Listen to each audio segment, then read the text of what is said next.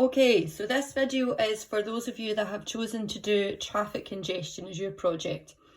So the learning intentions for week 5 is basically to process the data that you've collected and you told me that you'd collected last week. So I have put some help sheets into the files section and I'll show you where they are in a wee second. It's really important that you have at least one graph for each technique. So if you're doing traffic congestion, your first technique is probably going to be your traffic survey. Your second technique was your questionnaire. So you need to make sure you've got at least one graph from the traffic survey and at least one graph from the questionnaire. You can do more than that, but I'd definitely make sure a minimum of 2. You've got a couple of options. Once you've made the graphs, you can send me a picture of them. You can send me the Excel document that they're in. If you are doing it on paper, just please make sure that it's precise and as neat as you possibly can. Send me a picture of it. You can copy them onto an Excel document, a Word document, and send me the Word document. For if you're doing a traffic congestion project, this is the type of graphs I think you should be making, is either a bar graph or a pie chart to show the main ways that people were travelling in the city. A bar graph or a pie chart to show how congested people think it was, and a bar chart or a pie chart with the solution. So I'm going to show you that just now.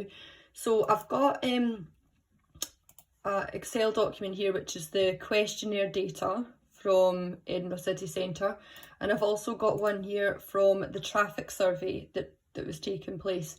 If you've only got the Word document saved, so here we go, all you do is see if you just copy that. We'll go back into the Excel document here. Then you would just paste it in like that. One thing you've got to be really careful of is just make sure when you paste it that you're deleting the lines that you don't need, because you don't want, there we go, hoping this is making sense to you as we do this. Oh, that was not what I meant to delete. You don't want empty lines, right? Don't ask me why it does this when you copy it over, but just make sure that you get rid of the empty lines that you don't need. There we go. So it should look a wee bit like that, but I don't need that, so I'm just going to delete that. But it's just in case if you had the Word document and you wanted to put it into Excel, that's how to do it. Right, so if I start with this, this is how you would make, I would say a bar graph would be quite a good one to do. So all you do is you highlight over the data. So I started, I clicked on cars, and then I just dragged my mouse over to the bottom right corner. Then if I go and click on insert, then I click on the thing that looks like a bar chart, and then just click on the first one. Now there you go, bar chart done. However, there's a few things that are missing from this bar graph, and it's very important that you add those in. So if you click add and then click access titles, then down the bottom, this is mode of transport, method of transport. As long as you've got something like a logical name, the marker will be happy. Then up the side, this was number of vehicles, or you could put tally marks, whatever you prefer down there. And this is the traffic count in Edinburgh. Obviously, if you pick Glasgow, then you would do Glasgow instead. So there you go, that would be what a bar graph would look like. You could do it as a pie chart if you wanted. So you just click insert. This time you click on the one that looks like a pie chart. And then you would just name it traffic count in Edinburgh. Now what you might want to do is you might want to find out what the actual percentages were. So if you're doing the actual percentages, see if you just right click, add data labels, and then if you right click on the data label and then click format data label, it should then allow you to show it as a percentage. So click on percentage, then click on what says value to get rid of the tick in value, and there you go. So there's your your pie chart. For a pie chart, you don't have to put the labels down the bottom and the side because obviously it's a pie chart. So that's me done that. When you're doing the other one, which was the questionnaire data, again, same kind of thing. I wouldn't bother making one about gender and age. How you travelled there, so you could make one of them. You could make a bar graph or a pie chart of that if you wanted. So I'm just going to make a bar chart. Again, you just make sure you add in the axis labels, just like what you did before. So this would be how people travelled into Edinburgh. And then this here would be the method, and then this up here would be the number of people. So there we go.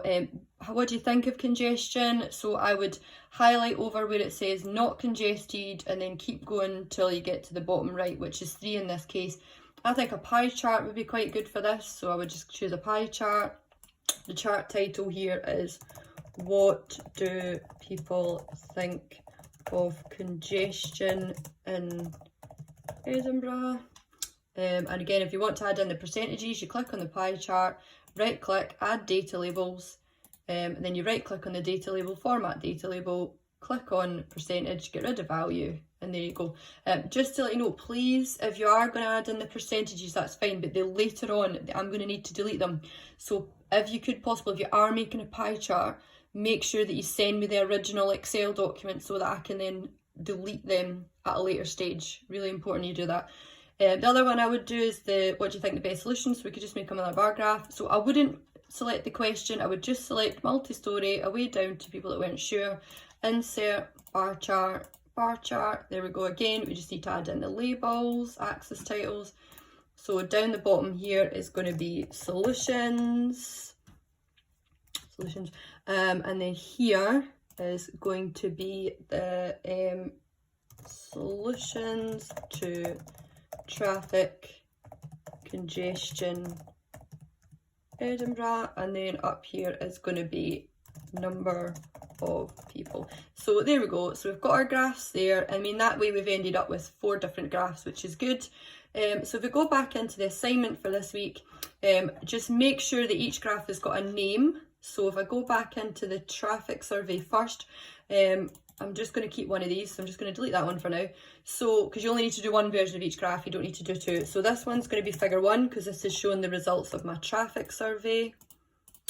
And then I'm going to go back into this one and this, for the questionnaire, sorry, and then this one's going to be figure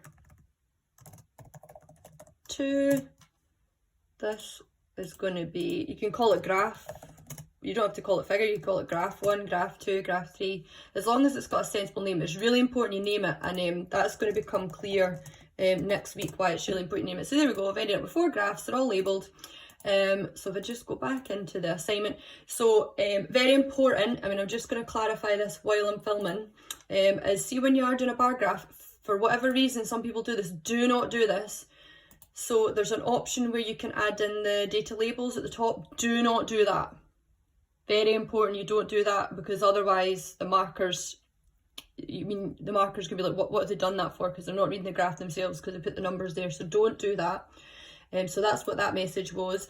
There's some examples of some graphs. So there's a bar graph there just to show you an example. And if you keep going down at the bottom, what I'm basically going to do is, if you make sure that you send me your graph in whatever way that you've done it, I am then going to collate those graphs into a Word document for you, and then I'll put them into files for the tasks for the following week. I hope that's helped, and please, any questions, just ask.